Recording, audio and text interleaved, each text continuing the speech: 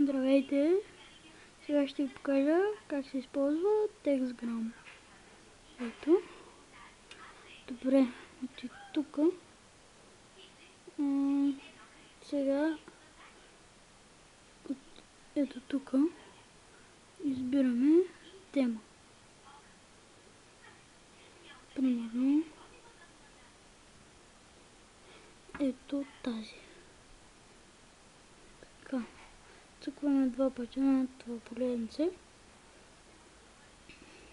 И тук пишем някакъв текст.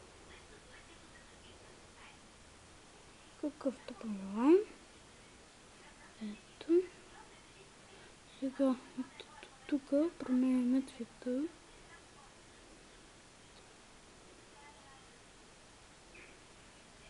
Примерно черен, BG Gamer 04 и от тук шрифт, т.е. колко голям да бъде. И сега можем да сложим рамка. Примерно рамката нека да бъде ето така. И сега стикери. Стикъра ще бъде този.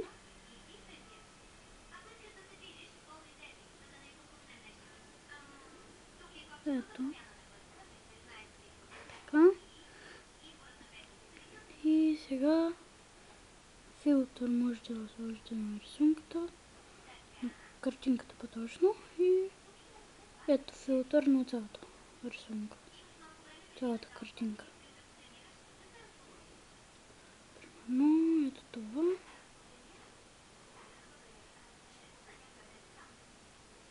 Ето така. И от тук Save Picture, където пише средното, запазваме картината. И добре. Yes. Така. И това беше от мен. Абонирайте за моя канал и довиждане.